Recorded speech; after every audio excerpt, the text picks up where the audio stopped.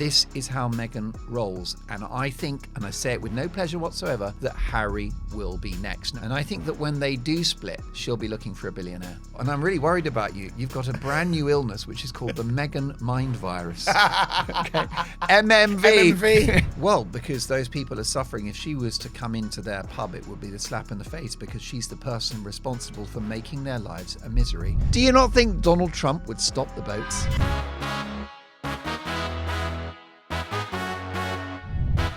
Hello and welcome to the Daily Expresso. I'm JJ Anisiobi, and today I'm joined by the true voice of the nation, Mark Dolan. Mark, welcome back to the show. So good to see you. Are we still in the Happy New Year window?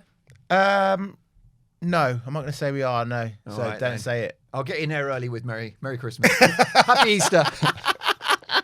Good and by the way, it's not a Happy New Year, is it? Can you remember a more miserable start to the year with the weather, the economy, the government we've got? It's all doom and gloom, isn't it? Well, there's the positive that Trump is kicking South America's ass, you know? That's exactly right. Winner. Trump's getting it done. Yeah, he is. No, on Thursdays, we have a guest called Esther McVeigh. You may have heard of her. We love Esther. The MP. She's a bit of a legend. Her nickname is the Westminster Whisperer, right? So we're thinking we should give you a similar one, a similar moniker. I'll take that. You like the royal family quite a lot. You have your own podcast about the royal family. I'm all over Harry and Meghan, not literally, I'm pleased to say. How about the royal executioner? Oh, that would do it. Marky Mark, the royal executioner. I'm there with the noose and the guillotine. It's not too late for a revolution, especially not the Sussexes of Montecito. They've got it coming. The Montecito Sussexes, right? True. Well, actually, the first thing I want to talk to you about is this report that Harry desperately wants the king to go and meet his grandkids in Montecito. Charles and William are going to travel to US separately in April. There's some trade deal that has been paused by Trump, and they're going to go over, and William and Charles are going to go over and schmooze him. And, you know, Harry's thinking maybe the king can pop in and see Archie in a little bit. What are your thoughts on that? It shows just how deluded Prince Harry is if he thinks that Charles is going to interrupt a rather important global tour to the United States to celebrate its 250th anniversary. That's one of the other reasons why him and William are going. The idea that he'd be in New York and Washington, D.C. and then makes a trip to that rather disgusting mansion with 16 bathrooms in Montecito in order to validate Harry's miserable life. Well, he's got another thing coming. The reason why he wants Charles to come to his place, why he wants to meet up in America, has got nothing to do with Archie and Lily. I think that that's an excuse. I think he's weaponizing the kids, guilt-tripping his grandson, to as much as to say, well, you've not been with them since 2022. It's your moral duty.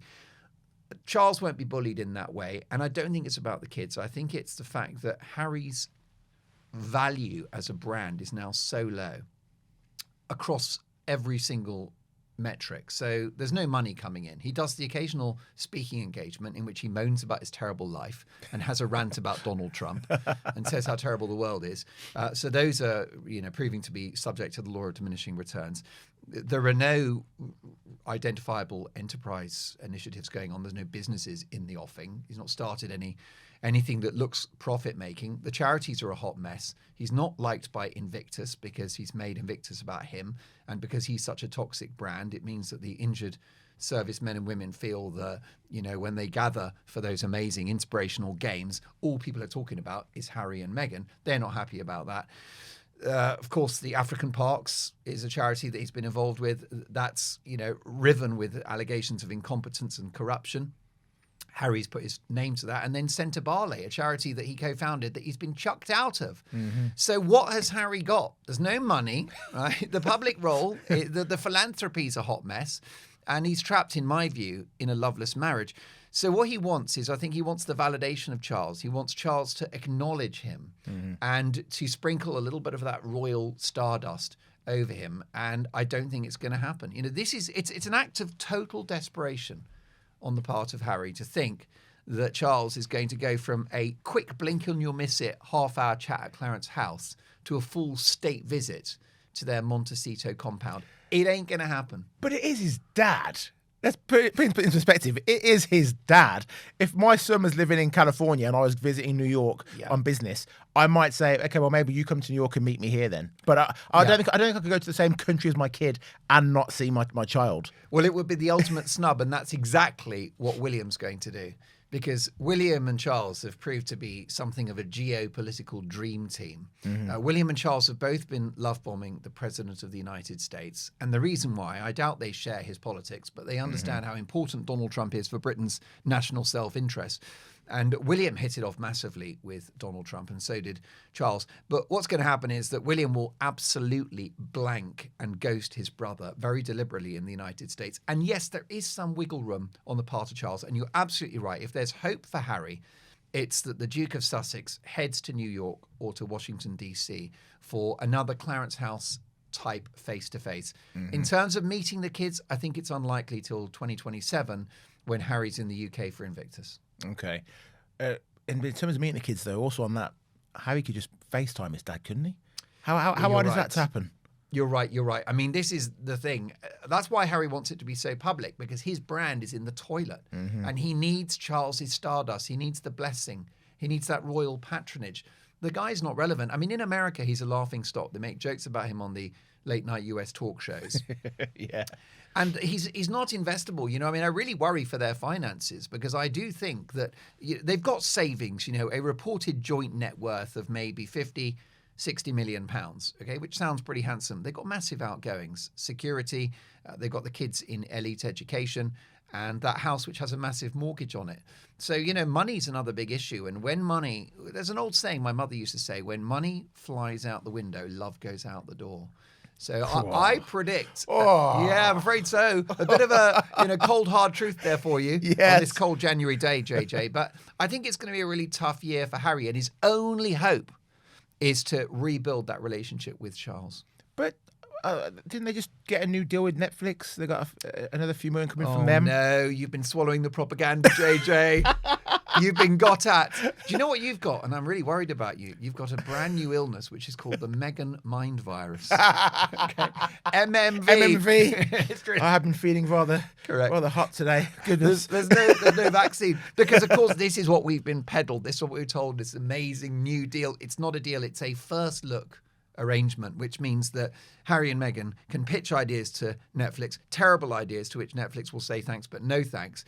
And I think that the reason why they've got this first look deal is so that Netflix can keep a relationship going with Meghan Markle post-divorce.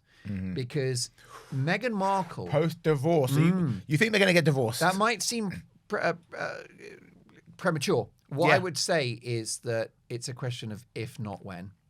If you look at Meghan's modus operandi throughout her whole life, she dispenses with people when they cease to be of use. Her half-siblings, her own father, Thomas Markle, who's down to his last leg and still she won't visit.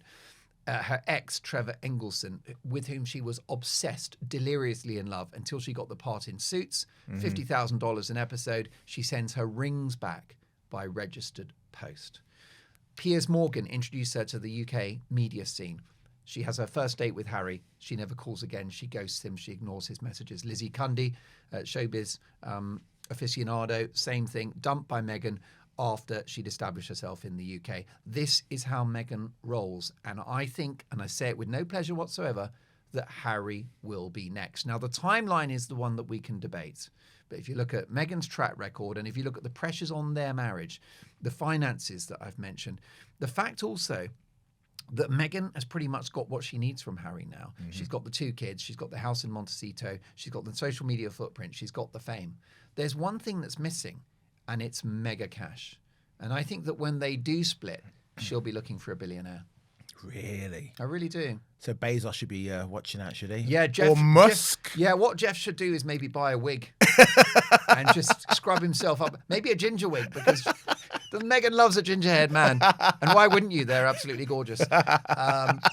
But yeah, I mean, Elon Musk is single. I wouldn't rule it out. But she will be... That is the missing piece in the jigsaw for Meghan, is untold cash. Because they don't have that. The Sussexes, yes, you and I, it's money we could only dream of. And the viewers of the Daily Expresso. But when you're in that Hollywood elite, when your neighbours are Gwyneth Paltrow and... Oprah Winfrey. Yeah, exactly. Then having savings of 50 or 60 million quid is nothing. That doesn't even touch the sides. That's just a good summer. All right, Mark, moving on. What would you say is the most important cultural institution we have left in the UK? Well, it's a brilliant question. Thank you. Cultural, I suppose you can't say Parliament because that's our political institution. It's got a cultural overlap. It's got to be the BBC, hasn't it? And I don't think. Have you been drinking? Well, I had a little sherry before we started just to calm my nerves. Well, I think. I mean, what have you got? Oh, well, I think I know where you're going on this one. Thank you. Because I was the BBC, and I think we might come to it today. We might come to it today. The BBC is facing a crisis, a funding crisis, because people aren't paying the license fee, and a viewing crisis because people aren't watching. But what I would say is it needs to be drastically reformed, but it is still a valuable global brand. Okay. So I think, but I think I'd say to the Beeb, change or die. But I think you might be angling for one of the great public institution. It's where we'll be going in about half an hour, which is absolutely the pub. Absolutely, it is the pub. Thank you for getting there. We got there in the end, baby. One person who doesn't think the pub is that great apparently is Rachel Reeves, because she's blocking financial support for pubs, even though Starmer is saying yes, pubs are going to struggle this year now. So in her November budget, she announced that the COVID business rates relief will end in April, having previously been scaled back from 75% to 40%. And at the same time, some village pubs are now going to face paying business rates for the first time. Now, I love going to the pub. I generally do. It's expensive now. It is. And when I speak to my local pub landlord, I think he was telling me with the new rates, he's going to have to somehow sell another 500,000 pints this year just to break even and cover the costs. That's not to make any kind of profit. And Labour MPs have been barred from pubs all across the country. Reeves got barred from her local one in Yorkshire. Yeah. I think that's fair enough. I'd do the same.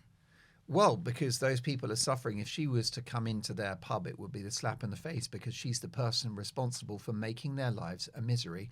And this is by choice. It's a political decision. Yeah. It's been a nightmare for hospitality all the way back to COVID, which you just mentioned, because the pubs and the restaurants and the cafes, they were subjected to the most draconian rules around COVID. Now, I will give you that COVID was a hideous, horrible nightmare virus. We lost too many people. It was a great trauma for the world. Mm-hmm.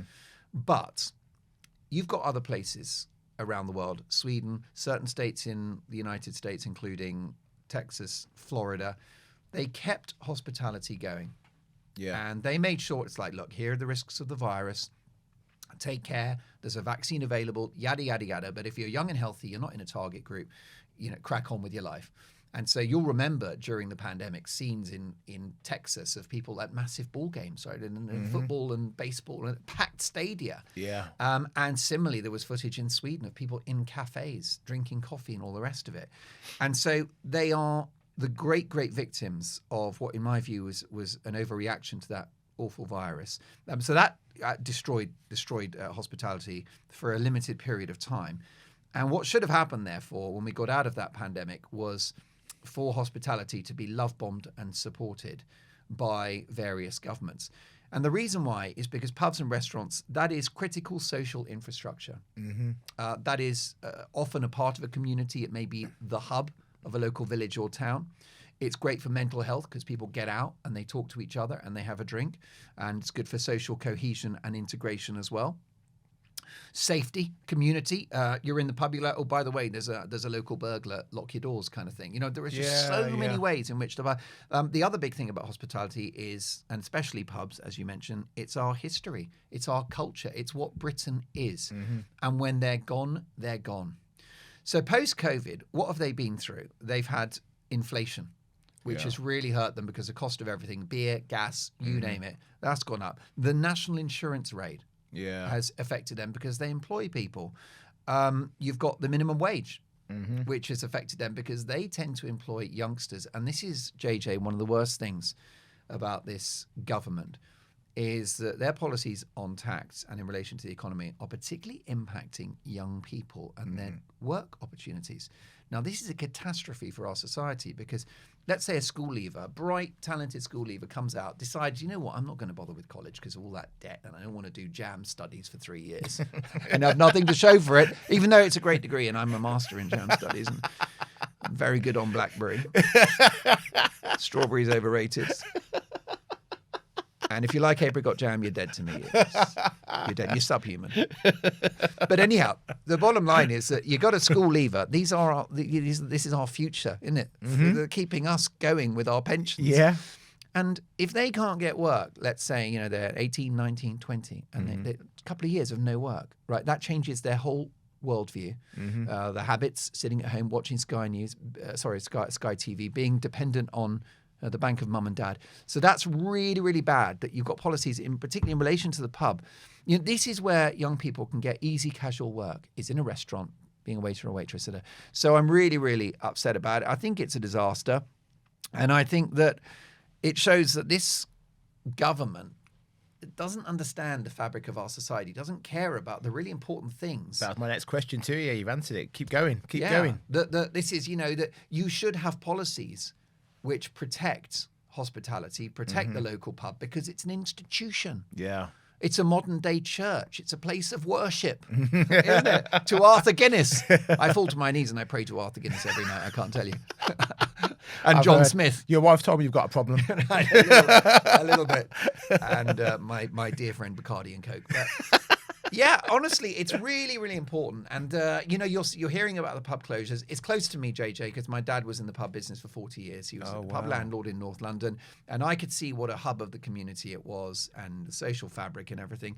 But look, we've had the same policy with farming, the family farms. This is a big part of what this country is about. These people go above and beyond to put food on our plates. And what do we do? Clobber them with taxes, I think we had about 6,000 family farms closed down since the announcement of the inheritance tax raid, which has now been partly cancelled.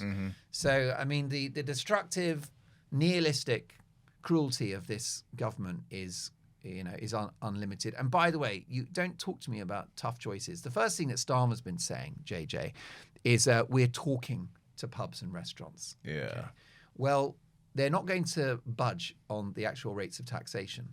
So if that conversation involved, we're going to scrap the national insurance tax rate and we're going to get rid of the minimum wage hike because that creates youth unemployment, and we're also going to basically cut our cloth in other departments so we can look after you, then great. But they're not doing that. They've decided to stick with the inflation-busting pay rises in the public sector. Yeah. They've decided to continue with a tax policy which gives a bumper windfall to those on benefits, whilst alarm clock Britain are further clobbered. Yeah. So it's all political choices they've made. These not global headwinds. No. Well, let's move on to the other great British institution. You seem to think it is, the BBC. I'm not so sure how great that place is, to be honest. They had a shocking Christmas period. It was terrible. Oh my gosh. Viewing figures in the floor. Dumpster fire. Yeah, poor offerings, I think. I didn't watch anything. I didn't even watch Match of the Day. And I love Match of the Day. I didn't even watch that over Christmas. And then Jeremy Clarkson has hammered them. You see his comments? It's brilliant. Very good. Times column. It was really good. And this guy he's not bitter, okay? Because since he left the BBC, or I should say was fired by the BBC, he's quadrupled his net worth. Yeah. Right, to in excess of 100 million big ones. Yeah. So he's not, the guy's not bitter, but he just is scratching his head going, okay, so you fired me because you didn't like Top Gear. It was politically incorrect. 3 middle-aged blokes presenting the show that didn't tick any boxes. And also, Clarkson had so much creative control over the product. Well, the Beeb hate that. Yeah. Because, we've both worked at the Beeb, and the producers there, they've got nothing to do, especially the commissioning editors, the management, 6-figure salaries. Yeah. Right? They're all woke, virtue signalling hypocrites with lovely big houses in North London. And they swan around TV Centre in 2,000 quid Armani suits. So they couldn't stand Clarkson. It's funny. But so he's scratching his head with, I was fired 10 years ago. And yet, you look at the behaviour of so much of the BBC talent. And probably most notably, most recently, Hugh Edwards, whose appalling crimes we won't go into detail because they're so egregious for a family show. But, he's like, wait a minute. And I was the bad guy. Yeah. And it was, I think that he's waited, he's kept his counsel for a long time. It's very dignified. And I think that he's just now, with the dust has settled and all those millions in his bank account, he's just come back now and just said, okay, well, I'll have my say. It's just really wrong, JJ, for the BBC to let someone like Clarkson go And it demonstrates their motives, right? They don't care about ratings. They don't care about the millions they made in overseas sales from Top Gear when Clarkson was the presenter of it. Who else have they lost? Andrew Neil, one of my favourite journalists.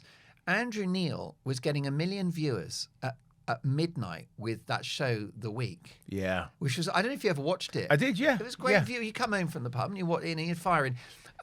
He went, and the reason why I think he went is because he was, he's probably got, personally, he's got conservative, right-leaning views.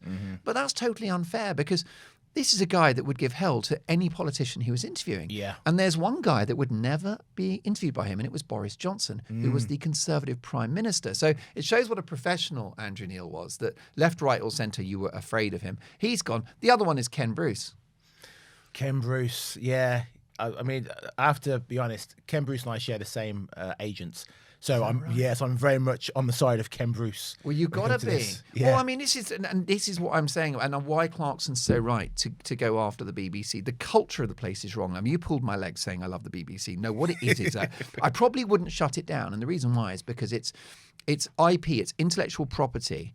It's a brand that you and I and all of your viewers of the Daily Expresso and your readers of the Express have paid into, right? We own the thing. Yeah. So I don't want to burn down the thing that we've actually paid for. Yeah. Okay. It's a bit like fans, football fans and the stadium. It's like we paid for this.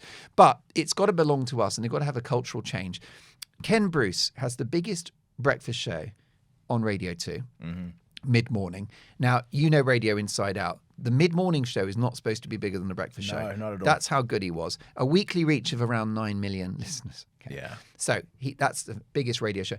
It was actually the biggest radio show in the whole of Europe. Wow. Right.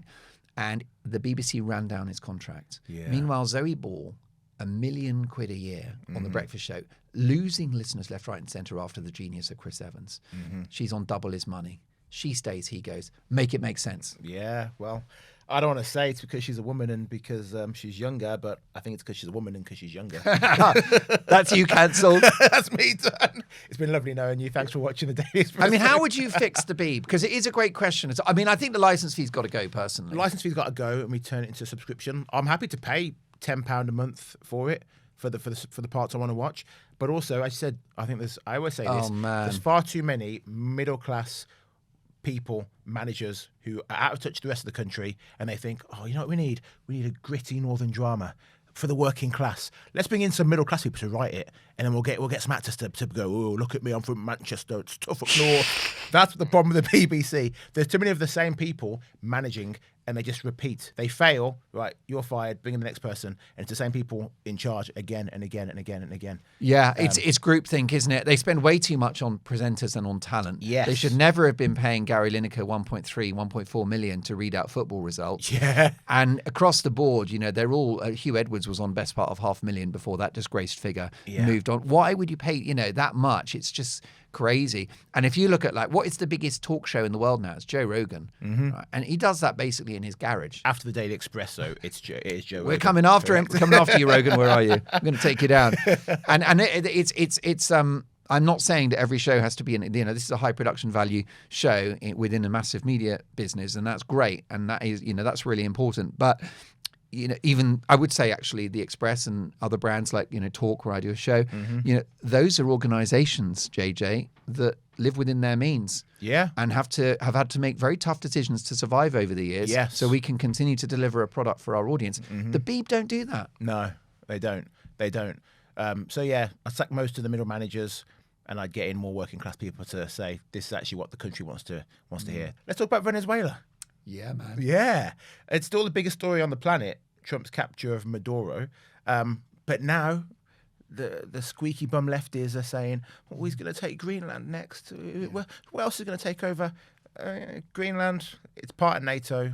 Is he realistically going to go over there and start a war with the rest of the world? Well, it's really interesting with Trump, and I really enjoyed our last chat about Donald Trump on this show because it's important not to be tribal about that man, because you've got two groups which most people fall into, which is, the Trump can do no wrong, and then Trump is the devil, the devil incarnate. Yeah. And weirdly, they call it Trump derangement syndrome, don't they? Is. Where you just say the guy's name and the people could just go nuts. And there is a flip side to that, which is the sort of Trump or sort of adulation syndrome, where he can also do no wrong. Yeah. And I think the truth is actually somewhere in the middle. And that's the landing point for this guy. So I think on paper, JJ, flying into another sovereign country and removing their political leadership, it's tricky, right? It's ethically challenging to go in, shoot the security guards, because sadly there were casualties, in fact. It wasn't a war as such, but it was a military strike, effectively. Very well executed, obviously, but some guards were taken. And then you take the president and his missus whilst they're in bed. She's got her face pack on and 2 cucumbers on her eyelids. She's got the hairs in curlers. She's not happy. She's like, you could have warned me. So they're fish out. So I would say, I don't want to. This is where you got to be careful. If I'm attracted to the disruptive nature of the Trump regime and some of the big picture stuff he's done, like close the southern border, get rid of wokery in America's public institutions, improve the terms by which America trades with the world via the tariffs. There have been, and then of course the amazing peace deals. He deserves credit for Gaza, and he may deserve credit for Ukraine, but. The flip side is that I don't think you just go around, collecting presidents and prime ministers that you don't like. So I would say Maduro was not president because he lost the election. Then stayed. And then stayed. So they haven't broken international law because there was no one in charge, essentially, because the Venezuelan people voted for someone else, and Maduro said, no, screw that, I'm going to break the law and I'm going to stay in power. So technically he wasn't really the president. And Trump went in and took someone who was just a bad person. Well, you're right to say that, exactly. And there have been no complaints when that's happened on the part of the Americans in the past. And that is what I was coming to. The bigger picture is who's not happy about this? Left-wing fanatics within the extreme ends of the political spectrum around the world. Yeah. Well, that's not a constituency I take seriously because I think they're dangerous lunatics. Yep. Who else doesn't like this move in Venezuela? China don't like it.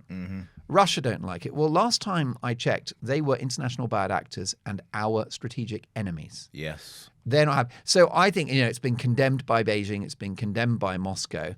This guy's out. And the other two key factors, the public are delighted. And did you know, though, that, and I was reading this in your paper today, that a lot of people in Venezuela are not out celebrating because there are so many of Maduro's henchmen still around. And it was reported that they're going from house to house on mopeds looking for Trump supporters. So people are having to quietly celebrate, but they are celebrating. Yeah. And then the other person that's happy about it is the left-leaning leader of the opposition, who is no natural Trump ally. She's delighted. Yeah. And she hasn't spoken to Trump yet, and he doesn't think that she's got the support to run the country. But if it's good enough for her, she just won the Nobel Peace Prize. Yeah. She had to be smuggled out of the country in disguise to receive the prize. So all the right people like it, all the wrong people don't. Well, what you see happening now with Greenland? Trump's like, strategically, we should take it. It's a very important for the national security of the United States and Europe. But I don't think he's going to, it's Denmark's and it's Europe, essentially. NATO are controlling it. I don't think he's going to be stupid enough to go over there and be like, no, I'm deposing you guys too. I'm taking over Greenland. Well, he's in a mood to gather a few countries, isn't he? He's like Thanos. He's ready, yeah. He's shopping. He's a real estate guy. He's looking for land. And I think if he's in that mood, could he start with Britain? Because I think, honestly, we're ready. We're ready. I mean, do you not think Donald Trump would stop the boats? I think he would, absolutely. In about 11 minutes. Yeah. Just England and Wales. Scotland can do what they want. Just take England and Wales. Now, of course I jest. It's very interesting with Greenland, isn't it? Because it's been a colony of Denmark since 1721 to 1953. So actually, there isn't this wonderful, historic, emotive, ethical claim to the land. This was taken through blood and war. Yeah. By an imperious European power of Denmark, okay? And it's geographically very far away from Denmark. 30,000 people in there. What I would say is that those people should decide. They got home rule in 1979, and then I think it was in 2009, self-rule from Denmark. So all they've really got is the Danish currency, and then Denmark's in charge of their foreign policy. So I think in the end, it's a bit like the Falklands. Let the people decide. You're so right. The reality is that Donald Trump is not going to invade another NATO power. There's a big confusion about this man because what people misunderstand is the difference between what he says and what he does. And the guy, he likes to make headlines. He's full of bluster and hyperbole. There he is. The way to understand Donald Trump is through his actions, not his words. And that's why I still lean in on America made the right choice against the most useless candidate in Kamala Harris. I think overall, when you get to the end of that 4 years, I think you'll find America in better shape at the end of the 4 years than it was at the start. I'd agree with that completely. And that's a lovely place to end today's episode, Marky Mark. Thanks for joining us. JJ, thank you for having me. So we're going to get a pint now. I'm going to worship at the altar of Arthur Guinness. Yes, and a big bottle of whiskey. You can find the Daily Expresso on YouTube, Spotify, and Apple Podcasts. Join me tomorrow where I'll be with Cal Malone. Bye-bye for now.